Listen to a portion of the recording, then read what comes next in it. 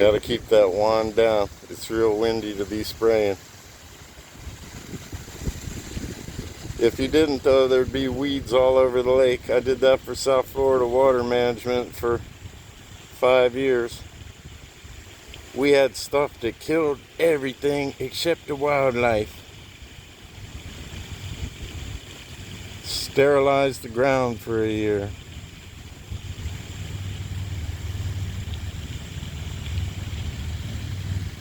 He got hoodie on, it's cold.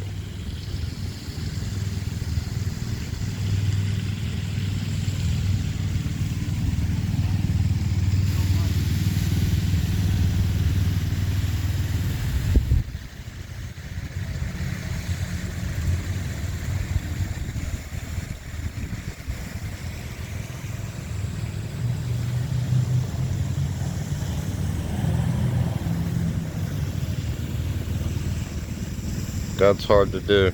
The wind's blowing right into them. I'm probably getting hit with some of it. Just like old times.